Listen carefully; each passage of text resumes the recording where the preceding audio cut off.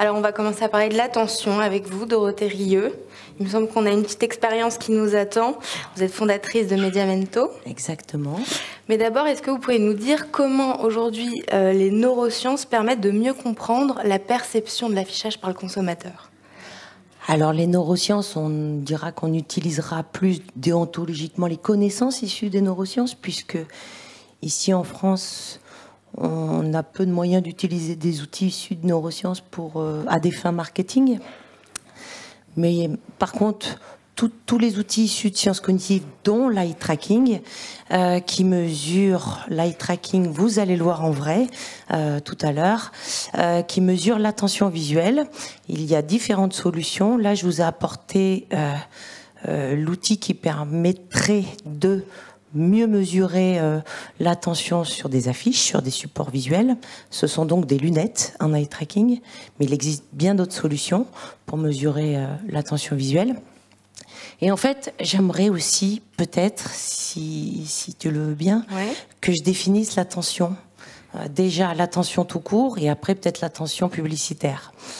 Parce que donc, je suis docteur en neurosciences et avant j'étais chercheur et spécialiste de la mémoire et de l'attention. Qu'est-ce que l'attention ? Il y a 3 réseaux dans notre cerveau. Je vous ai pas mis d'image de cerveau, je me suis dit que ça allait mettre peut-être un peu trop de mots compliqués alors qu'on s'en fiche un peu de savoir où exactement dans le cerveau. Ce qu'il faut savoir, c'est qu'il y a 3 réseaux très différents et c'est devenu une théorie, donc éprouvée par différents scientifiques. Il y a un réseau d'alerte attentionnelle, c'est toute la vigilance, c'est le quand on fait attention. Il y a un deuxième réseau qui s'appelle l'orientation de l'attention. Ça, c'est celle vous allez voir, qui va nous intéresser. L'orientation de l'attention, c'est le système qui est vraiment dans un lieu très très précis du cerveau, qui va définir quand est-ce qu'on sélectionne ou pas une information pertinente et qu'on va filtrer et inhiber ce qui n'est pas pertinent pour qu'on puisse continuer la tâche qu'on est en train de faire, marcher, travailler, lire, écouter, peu importe. Notre cerveau a besoin de sans arrêt faire des économies d'énergie et donc il va au plus basique. Ça, enfin, c'est la mémoire sélective. Voilà, c'est ce qu'on appelle la mémoire sélective versus divisée, puisqu'on peut choisir à tout moment d'orienter notre attention sur 2 choses à la fois, faire 2 choses en même temps. Alors on peut difficilement le faire quand ça utilise le même pool attentionnel. Par exemple, écouter des phrases et écrire une phrase en même temps, ça va être très compliqué de faire ces 2 choses-là en même temps. Mais par contre, on peut très bien contempler, regarder quelque chose et entendre autre chose dans un autre pool donc du cerveau. Et enfin, il y a un 3e système qui est peut-être un peu moins intéressant, mais c'est celui, en fait, souvent, quand on parle d'attention, on pense plus à celui-là. C'est ce qu'on appelle le contrôle exécutif de l'attention et qui va faire que, souvent consciemment, on va se dire, pour que j'arrive jusqu'à mon but, à la tâche que je souhaite faire, je vais faire tout un maintien de ressources attentionnelles pour aller jusqu'à mon but. Voilà, donc ça, c'est vraiment le comment je fais attention.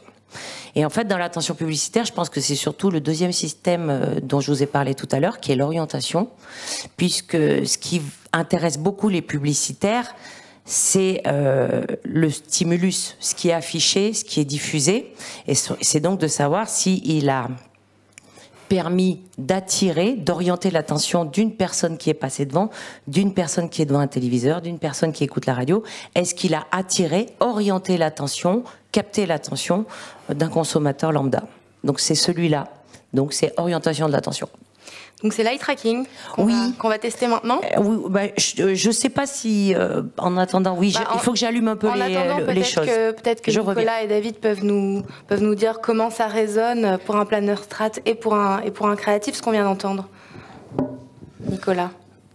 Alors déjà merci parce que c'est intéressant de voir comment la science explique certaines choses qu'on observe de manière empirique quand on fait ce métier, et notamment le fait que, si je vous suis bien, le cerveau filtre parfois les informations qu'il trouve trop compliquées, qui n'arrivent pas à retenir leur attention. Et je pense qu'une des spécificités du médium affichage, c'est de devoir être simple, de devoir être immédiat, de devoir être impactant, et un peu surprenant aussi, pour réussir à attirer l'attention. Mais je pense que vraiment la simplicité prévaut dans ce cas-là. C'est-à-dire qu'il y a des médiums qui se prêtent peut-être à plus soit de complexité, soit de sophistication. Mais vraiment, la règle principale de l'affichage, en tout cas créativement et stratégiquement, c'est d'arriver à avoir le bon mix de simplicité et de surprise aussi, que ce soit légèrement contre-intuitif pour créer une espèce quand même d'attention, de choc, mais en même temps que le truc soit pas filtré et éliminé d'ores et déjà parce qu'on le trouve trop chargé, trop compliqué, etc. David, ça résonne ce côté contre-intuitif? C'est le support qui je trouve, moi, depuis le début, est le plus exigeant. Parce que l'affiche, déjà, on la pose à tout le monde, donc c'est hyper engageant pour nous. Parce que si c'est pas bien, ça embête vraiment tout le monde, quoi. Par contre, si c'est très bien, et Mélanie a partagé quelques exemples tout à l'heure, c'est formidable parce qu'ensemble, on peut profiter d'un message et interagir, et c'est peut-être un des supports qui fait le plus société. Donc c'est beaucoup. Alors j'avais fait moi une sélection. Vous allez voir plein d'affiches. Il y en a des très très vieilles, il y en a des plus récentes. Elles n'ont rien à voir, si ce n'est qu'elles ont toutes gagné des prix EFI. Donc il y a aussi comme ça un support qui est d'une efficacité redoutable, parce que quand c'est réussi, en effet, ça génère de l'attention et peut-être de la conviction derrière, et des prix EFI. Donc ça n'a rien à voir, mais elles ont à voir d'avoir toutes généré une transformation donnée chez les clients. Et donc c'est un exercice qui est super pour les créatifs, parce que quand on est en capacité de faire des très bonnes affiches, c'est qu'on a bien compris la synthèse que ce métier demande, quoi. Donc c'est un peu un défi absolu finalement, comme elle moi a je trouve que posé par tout c'est le mode narratif le plus compliqué, parce que c'est un cri, c'est 3 secondes. On vole de l'attention pour le coup à un public qui est en train de se déplacer dans la ville. Mais si l'échange est réussi, et là il y a McDo, typiquement c'est un jeu avec le public, quoi. On commence à dessiner un trait et ça va le terminer en disant ça c'était McDo. Alors maintenant la campagne, je crois qu'elle a commencé en 2013, donc ça fait 10 ans, donc c'est quand même une campagne qui tient. Mais il y a avant tout un jeu avec le public, et je crois que l'affichage permet de faire ça tous ensemble, ce qui est une chance. Voilà. Et alors est-ce que les jeunes jouent? Les jeunes créatifs? Non, les jeunes utilisateurs, les jeunes consommateurs. Moi, je suis vieux, donc je sais pas. Je vais demander à mes enfants. Est-ce que c'est un défi aujourd'hui pour je crois qu'on aime tous. On aime tous l'interaction. Si on invite les gens à participer. Enfin, l'époque est beaucoup moins verticale, en tout cas, que d'autres. Moi, je suis arrivé dans une époque qui était plus verticale. Aujourd'hui, on sent que l'interaction est naturelle parce qu'on commence par des écrans et tout de suite, on a l'interaction. Donc, je pense que le jeu est encore plus important qu'avant, quoi. Oui, ce qui est intéressant pour les jeunes créatifs, ce qui est compliqué aussi, c'est qu'aujourd'hui, on leur demande d'être capables de réinventer leur métier, de créer de l'interaction, mais il reste comme ça des exercices de style, l'affichage en est un, qui forment des créatifs à apprendre leur métier. Il y a des films manifestos, puis il y a les affiches comme ça, on voit, c'est vraiment ce qu'il y a de plus exigeant, de plus surprenant, de plus impactant. Et de plus compliqué aussi pour eux, parce qu'on doit avoir une pensée stratégique qui est très simple, on doit être capable d'avoir un visuel qui est impactant. C'est là aussi que les mots doivent être les plus courts et donc du coup les mieux construits, les tournures de phrases les plus surprenantes. Donc c'est vrai que je ne sais pas s'ils jouent, mais en tout cas je sais qu'on leur demande un scope très très large, de certaines campagnes beaucoup plus interactives, et puis ces campagnes-là qui, même si elles ne sont pas interactives, doivent quand même créer une forme de relation avec le public pour émerger, quoi. Et pour créer, il faut aussi peut-être avoir un petit coup d'avance sur le temps, non? Faut en tout cas comprendre l'époque, quoi. Si on veut interagir avec le public, faut vivre avec lui et idéalement être bien synchronisé. Est-ce qu'il faut forcément comprendre ce qui va se passer demain? Je suis pas certain. Après, ce qui est sûr, c'est que les créatifs ont un truc que d'autres n'ont pas, c'est une forme d'intuition, la capacité un peu à saisir ce qui commence, donc ils vibrent plus que d'autres, et cette vibration à saisir ce qui est en train de se mettre en place, c'est une chance. Voilà. Et sur l'affiche, je trouve qu'il y a un enjeu dans la modernité de représentation. Des gens qu'on caste, de la diversité de profils, de culture. C'est un peu un miroir de la société, l'affichage, et du coup, c'est là-dessus qu'on doit être encore plus vigilant sur notre capacité à vraiment montrer un miroir réaliste aux gens. Et ça a été un débat à un moment dans ce métier qui a longtemps été dans une forme de représentation idéalisée des cibles. Et aujourd'hui, je trouve qu'au contraire, l'affichage est un peu à l'avant-garde d'une représentation qui est plus moderne. Forte responsabilité. On regarde à quoi ressemble on y va cet outil. Vous tu nous es consentante ouais. Hein on verra tout ce que tu regardes, d'accord? Tu es petite pression là quand même. Alors, oui, je voulais vous préciser, donc ça c'est un des outils d'eye tracking parmi tant d'autres. Celui-là permet d'être mobile et de filmer tout ce qui n'est pas plugué à un ordinateur, donc en gros sur beaucoup de médias. Moi, je travaille avec ces outils-là depuis 2008 et c'est génial. La technologie avance. Avant, il y avait des grosses sphères sur les lunettes. Enfin, c'était un... Maintenant, bon, on va pas faire un défilé de mode, mais voilà, on va voir.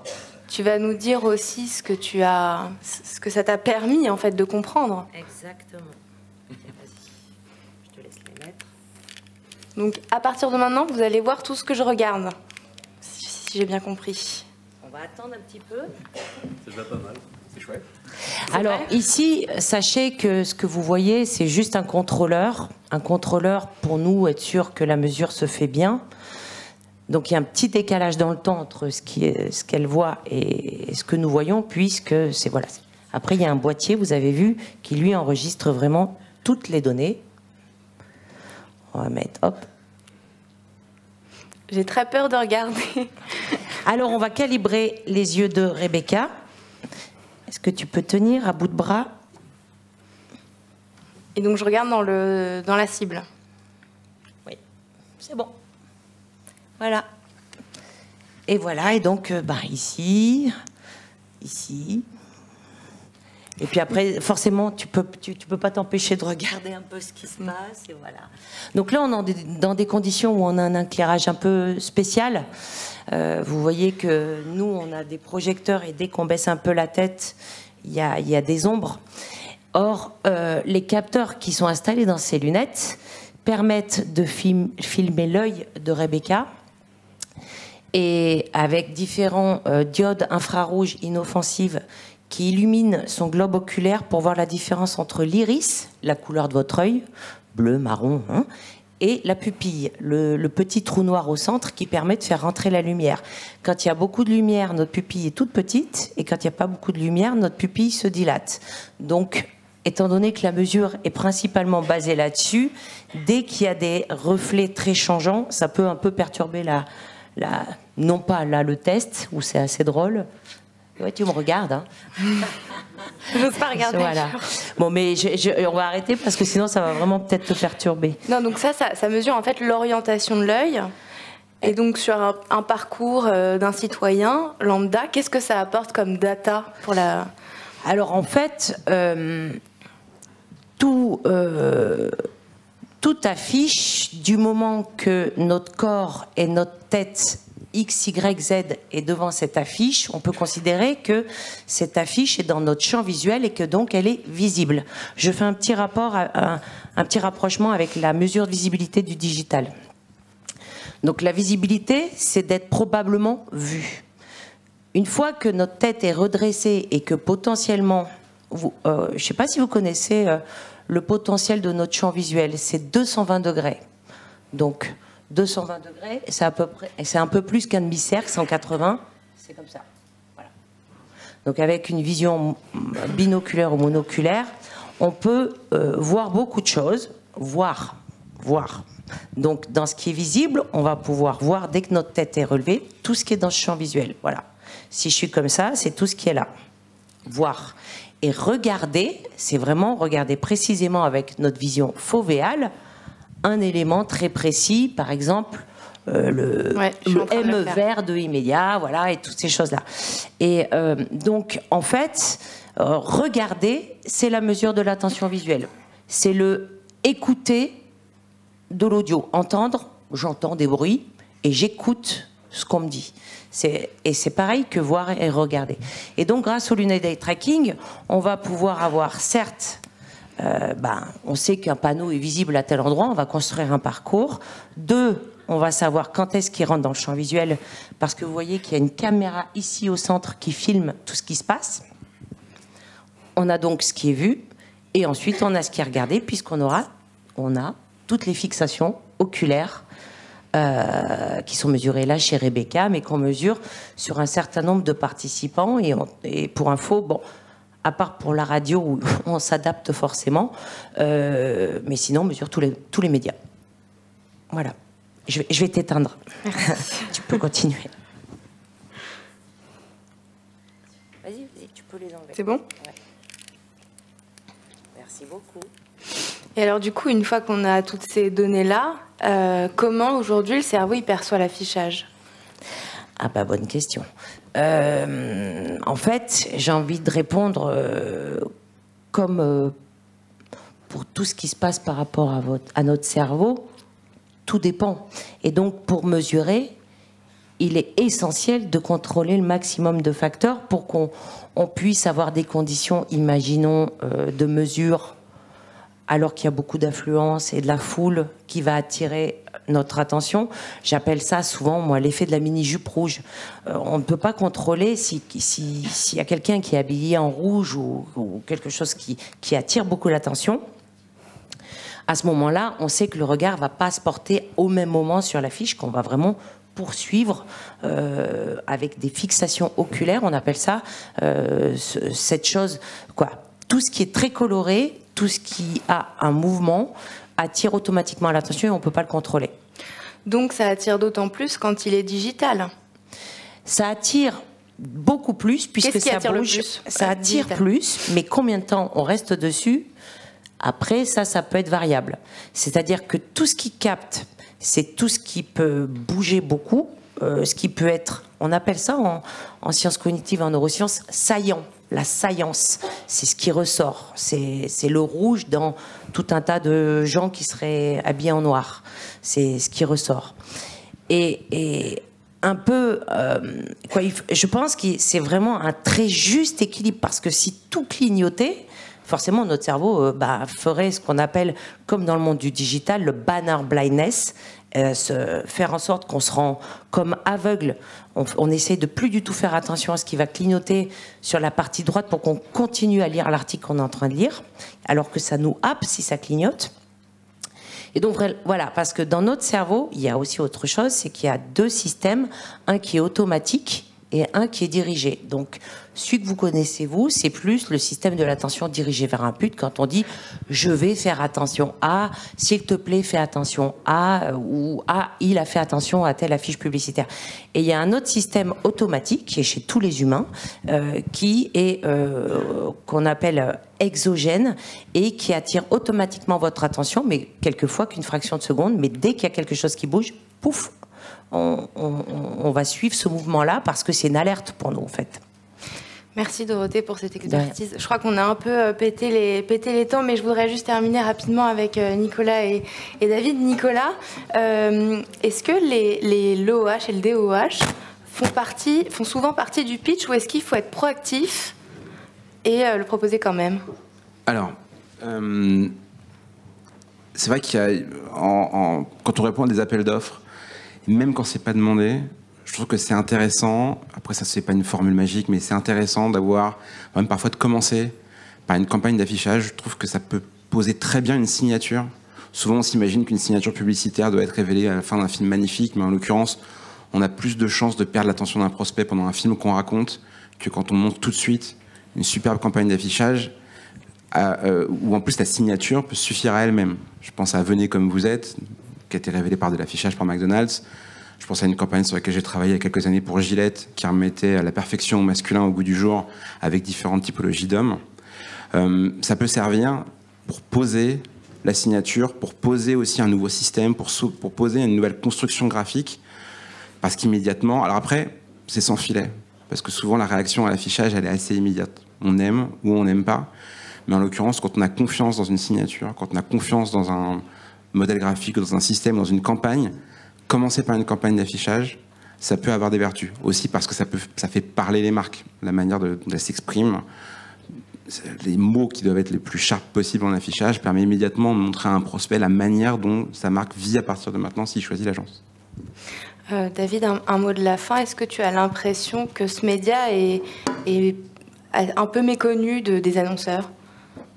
Non, il n'est pas méconnu parce qu'on vit tous avec ce média. Par contre, parfois, il n'est pas forcément compris. C'est-à-dire que tout le potentiel qu'il a est pas forcément connu. Et c'est vrai que parfois, on doit faire un peu de pédagogie pour typiquement montrer qu'aujourd'hui, pour interagir de manière hyper efficace avec un public jeune, c'est hyper bien d'être en DOH parce que finalement, c'est dans des lieux où ils sont. Sur un deal qui est hyper clair sur l'annonceur va venir faire de la communication et c'est un espace pour communiquer. Là où d'autres surfaces, notamment sur les réseaux sociaux, ils sont quand même beaucoup moins clairs sur la place de l'annonceur. Donc c'est important de refaire la pédagogie de ce support parce que on vit avec, mais pour autant il n'est pas toujours connu dans sa performance, quoi. Merci à tous les trois. Merci.